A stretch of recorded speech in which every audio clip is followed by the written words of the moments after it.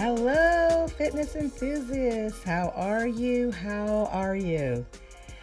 Ooh, I have been deep in thought after my event this weekend.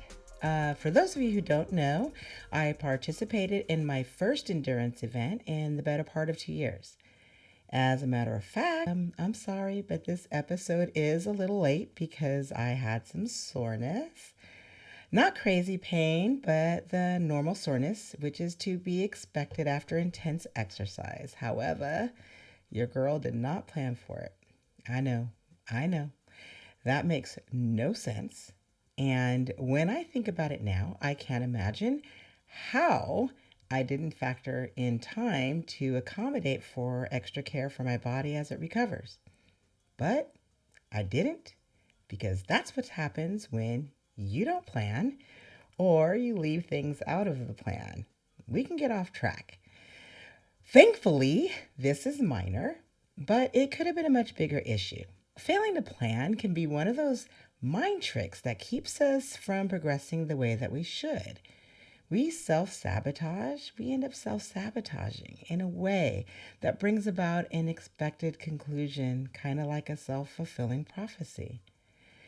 I mean, think about it. How many times have you said to yourself, this is the year I'm going to get back into shape this year?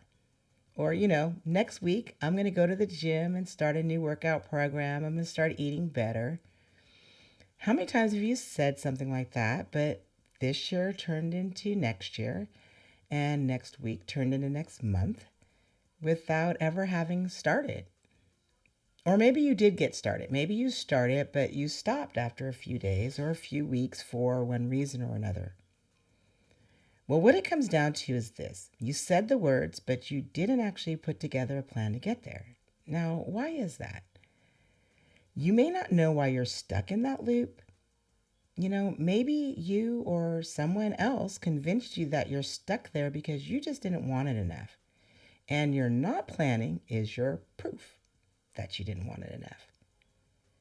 That might be the case, but the odds are it's not. Because you're a person who sets high standards and goals for yourself.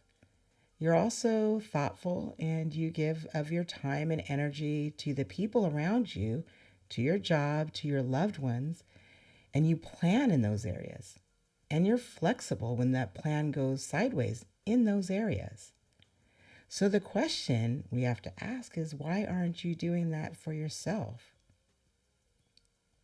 Does it feel like that between your efforts for others and any life events, injuries, or illnesses that have occurred, there just isn't much time or energy left for you? Are you finding yourself less and less fit as you'd like to be, disconnected with who you are at your core, and exhausted much of the time? I know what that's like. I've been there. And I gotta ask, isn't it time you take care of yourself the same way you take care of everyone and everything else? Like I said, I've been there and I'd like to help you find a way to get back to improved fitness to a level that you've been thinking about for some time now. It's been tugging at you. It's that nagging feeling you got down deep inside that you have more in you and you want to show up more for yourself and work on revealing the best of you.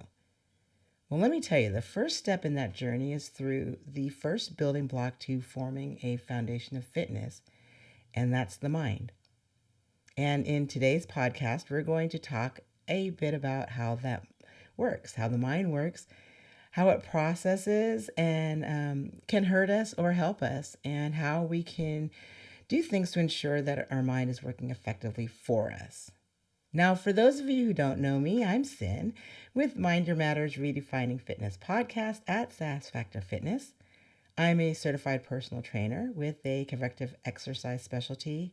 I'm a former athlete and first responder who has also recovered from multiple injuries, yet I continue to participate in endurance sports and activities. It's not easy, but I'm out there. And I'm cultivating a community of fitness enthusiasts that believe at the core fitness is about total well-being physically, mentally, and spiritually. And if you're seeking to get reconnected with yourself in order to restore fitness and to achieve optimal fitness goals after injury, illness, or other life events had other plans, you're in the right place. Because here we talk about topics in all areas we truly believe are connected to fitness, including mindset. We can't get physically fit until we adjust our mindset and relationships with ourselves so that we can be successful in the efforts that we put out. The point is not to just gain fitness, but to sustain it. So, in other words, if you can change your mindset, you can change your results. And the number one reason that is because the mind is a powerful thing. It controls everything. It was designed to work on us and our issues even when we aren't aware it's doing its thing in the background. Like with our heartbeat, with breathing, automatic thought processes. Whatever your brain focuses on, it magnifies as it tries to solve. And, it usually does that from a position of protection, which means it's looking for what's not working and what's wrong rather than what is working and what's right. And this is meaningful because science tells us that focusing on the negative puts us in a downward spiral in a direction we usually don't want to go, and certainly not the direction we set out to travel toward our goals. Now, what that means for you and me is that if enough times other people tell us, or we tell ourselves that something can't be done or that it can't be done by us, then we eventually begin to believe it. And why is that? Because our brain believes what we tell it.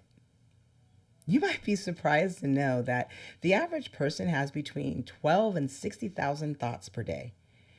About 80% of those thoughts, they're negative. And 95% of those negative thoughts are on repeat each day. Y'all, they're in a loop in our heads, running round and round in there, wreaking havoc. Many times our inability to make progress is because we've convinced ourselves that we can't. The reasons we give ourselves might be standard ones like, I don't have time, I'm too old, I have responsibilities that I have to prioritize. And there may even be other reasons that are unique to our situations. But the point is, those reasons are focused on what we say we can't do and not what we can do. And the brain listens to that.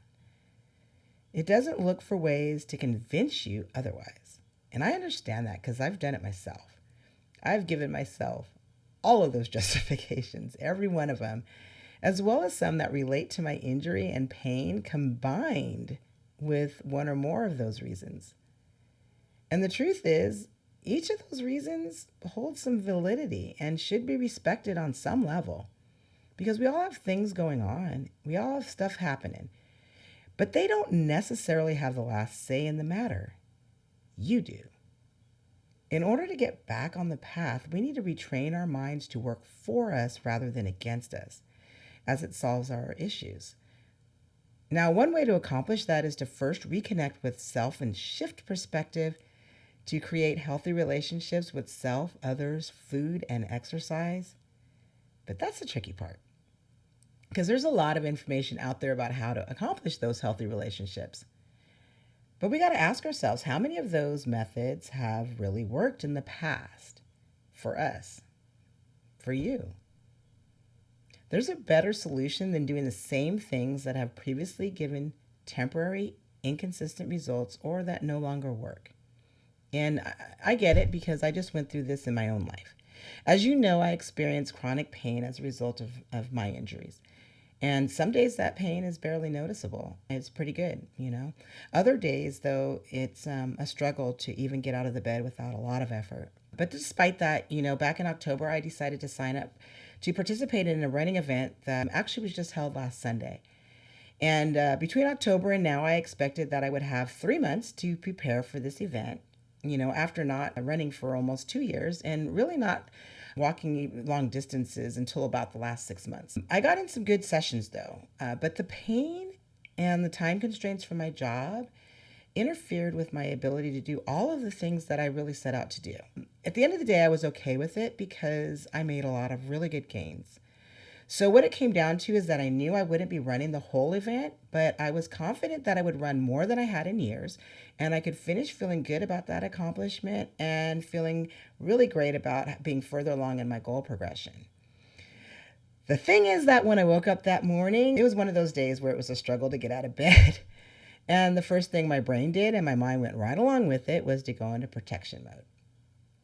Now, if you've listened to any of my previous podcasts or you're familiar with how the brain operates, you know that pain causes, or chronic pain causes, changes in our brain. And one of those changes is that over time, the brain's pain receptors become more overactive and more sensitive to sensations, and they signal feelings of pain. So even when there's no actual pain present, the brain is telling the body that it is, and we can't tell the difference. All we know is that our brain is warning us that pain is present and that we should be wary of anything we're doing, or, maybe stop, or sometimes don't do it at all. That's what our brain tells us. And as a result, we don't want to engage in movement very much. The real issue is that, or the issue with that is that real pain feels exactly the same as that other pain that's not really there. So we have to figure out, how can we tell the difference between the pain we need to work through and the pain that we need to listen to? And that's movement. And it sounds counterintuitive, I know, but we have to move to determine if the pain that's persistent and worsens, or whether that's the pain that lessens and lubricates as our muscles get moving and working. So that morning when I woke up, I had a tremendous amount of self-talk to do to get myself in the right mindset, to get up and into my gym, and to get to foam rolling and stretching, and to figure out for myself which of those feelings of pain I was actually experiencing. Was it the fake pain? Was it the pain where my brain is telling me, don't move, don't move, I think this is going to hurt? Or is it the actual pain that was, protecting me? And the only way that I was going to figure that out was to, get my butt up, to get up and move, and to see how I felt. And that took a lot of work. And previously, thankfully, I had gotten into a routine of breath work and doing meditation and gratitude during times of stress and pain and anxiety and things like that. And all of that came into play to get me into the right mindset to do what needed doing and to meet my goal. And I'm going to talk about those techniques in another episode. I have a wonderful guest lined up to delve into that area, so stay tuned for that. But for that morning, the truth was, your girl was a hot mess. I was not doing good. My muscles were tight and the joints were stiff. The house was freezing. It was so cold that early in the morning. And I knew it was going to be even colder outside. So all the information that was going into my brain were reasons why I should not get up and I should stay in the bed. But I was able to use my routine to refocus my mind so that it would tell my body that it wanted movement instead. And as I got up and started moving and continued moving, thankfully my muscles and joints started to move more fluidly and with less and less pain. So by the time I got to the event, I was good to go. And let me tell you, you could see by the smile, it was fantastic the way I felt when I finished. I was so awesome afterwards. And if you haven't already seen it, please go to my Instagram page and check out my post-race post. There, I went on live and I talked all about the experience. So you should go there and check it out and see what I had to say. But in a nutshell, for these purposes, it turned out to be very beneficial for me that day and for my mental state about my abilities now and going forward.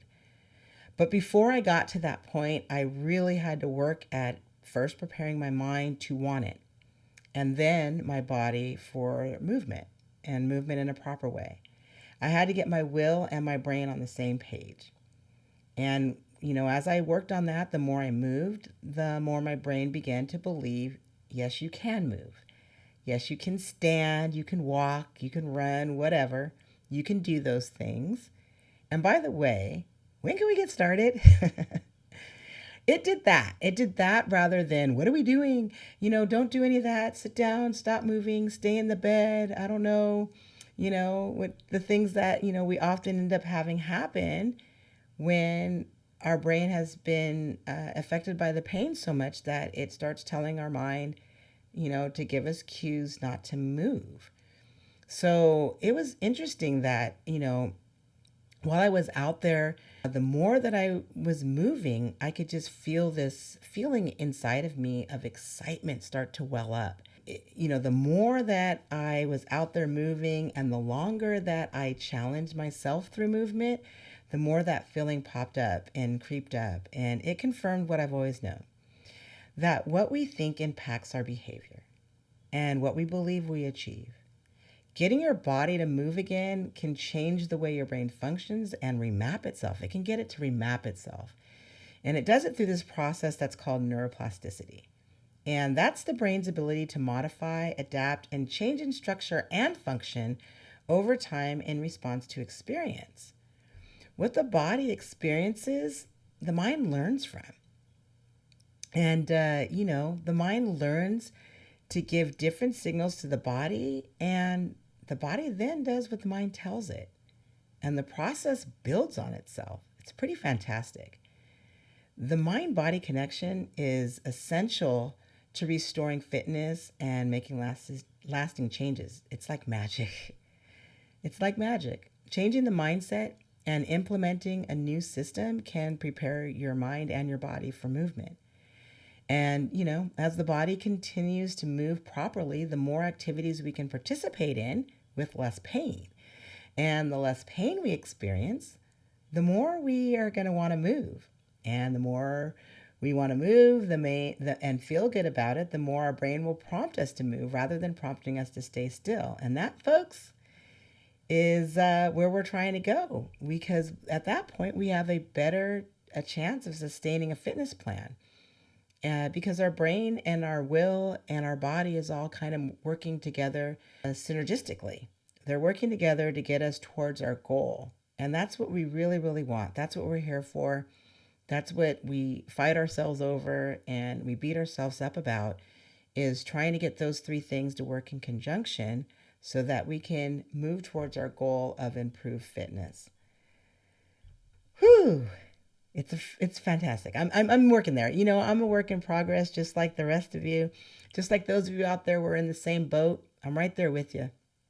I've had enough injuries over the years that I have figured out a way to get myself back from those injuries and do things that people were telling me I couldn't, that doctors sometimes even told me that I wasn't going to be able to do. And I shock them. I shock myself sometimes. This plan has worked for me very well. It took me a long time of trial and error to get there, but it works. And unfortunately, with my job, sometimes injuries are not preventable. Sometimes they are, and sometimes we're human. I do things I'm not supposed to. You see me doing this. I sit poorly sometimes in front of a computer. There are things that I do that contribute to the injuries, and I'm trying to work on those as well. But I figured out a way that if in fact it gets really far away from us, that I figured out a way back. And that's the thing, is getting that trajectory to get back when we've gotten so far down the path that we don't think we can. But I'm here to tell you, a lot of times, there's a way. There's a better way. And I hope you join me in my journey, and I hope that I can help you along in yours. It would be a wonderful, wonderful relationship, hopefully. If you want to know more about breathwork and habit creation, check out the article Habits Create Destiny at mindyourmatters-sff.com. And to learn more about how body movement is affected by pain, click on the video card above. I think it's there. Maybe it's there. And watch my video on chronic pain and motor function. And until next time, this is Sin at Sassfactor Fitness, reminding you to mind your matters.